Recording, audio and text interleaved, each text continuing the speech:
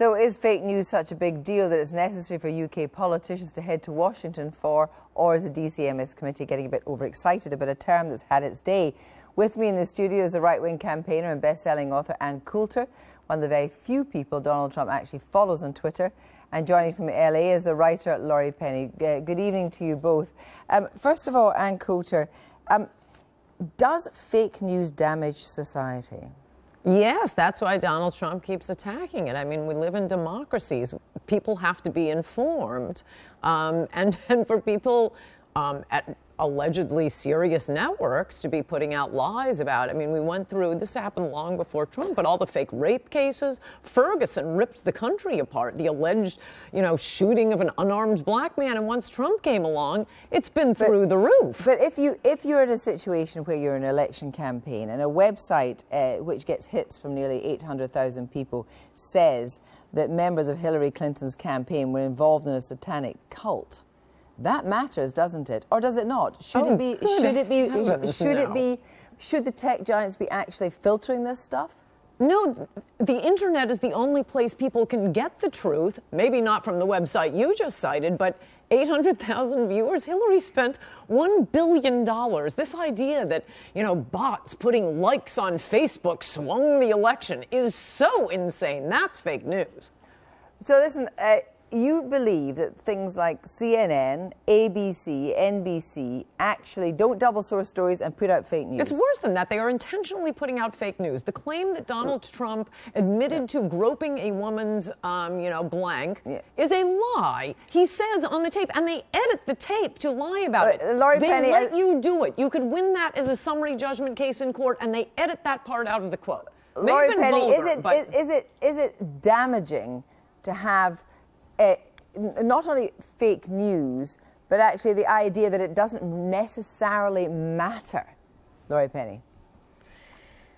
Well, you've hit on something quite important there, Kirsty. The distinction between censorship and what's going on now is important because, look, fake news, what we've come to call fake news, which is actually lies, the point of that is not just to spread lies, it's to make people unsure of the distinction between what is true and what is false. And when people can't, to erode trust in the news media, which is what Ms. Coulter is trying to do right now, erode trust in honest journalistic networks.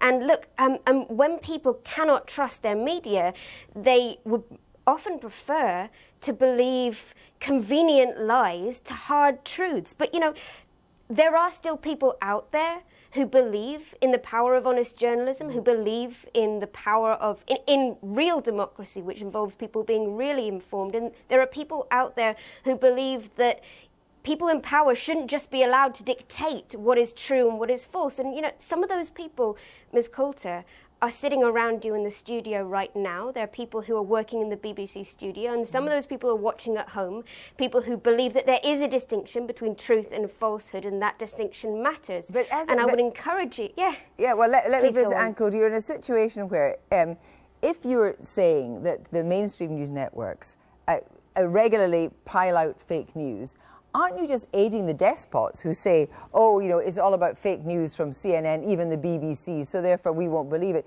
You are aiding people by undermining the probity of the mainstream media. No, I'm actually citing lies that have been put out. It doesn't mean you don't believe everything, although that's where I think people would be erring. I mean, I do agree with your guest that the issue is censorship. Who's deciding? I've just listed, including some categories of lies, 20 lies that have been and continue to be put out by the media. The claim that Donald Trump mocked a disabled man, not only was that a lie, but the Washington Post knew it was a lie because the video proving that was a lie, they took down from their webpage. And your only lie is some website said Hillary's part of a satanic cult. Okay, how about she defended a rapist, her husband? No, hang on, but hang on. It does matter if a lie is told. So, but of this course satanic it does. cult, it really matters. May I come in here? It matters yes, if Laurie a lie Penny. is told about Donald Trump. Are you finished? Satanic cult Are you doesn't finished? strike me as Laurie much of Penny. a Ms. lie. Coulter, are you finished? Laurie Penny. Are you finished? May I speak? Thank you very much. You just So wasted the word 30 salad, seconds. the word salad that you've just heard come out of Ms. Coulter's mouth is exactly what we're talking about. What she wants to do is not to make a distinction between what is true, what is not true. It's just to confuse people and make it easier for people in power with no scruples to just decide what is true and what is false. And now Ms. Coulter is a troll with no credibility, and so is her president. But we should not take this as the basis on which we can decide what is true and what is false. But what do you actually do, Laurie Penny? Because once you start essentially filtering or censoring, then who are the deciders? I mean, there's no things necessarily as absolute truth. There's shades of truth, aren't there? And there are nuances of truth. Well, that's why we have journalism. And journalism, as you know, Kirsty, you've worked at the BBC for a long time. Everybody around you in the studio has worked at the BBC for a long time. Journalism is still a thing that exists and matters, and there should be a distintion made between what is journalism and what is let's say an about opinion checking on things, Ann Coulter, because we already had the situation where you retweeted what purported to be a Muslim man attacking a young Dutch man. You retweeted it, and then you've got 1.8 million. Donald Trump retweeted it, and you didn't even know where it came from. You tweeted it without checking it. And you're a person that actually, you're a polemicist, you're somebody that's in the public eye.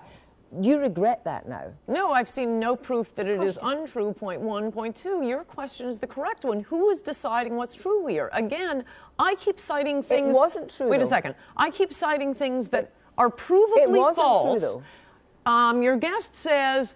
journalists will decide. Well, Walter Duranty said that there were no Ukrainian famines. Our country was roiled by the Ferguson shooting for a year. That turned out to be the biggest lie finally admitted by the media. That's not true. Thank you both very much. So who's deciding? Thank you very much. That's not true.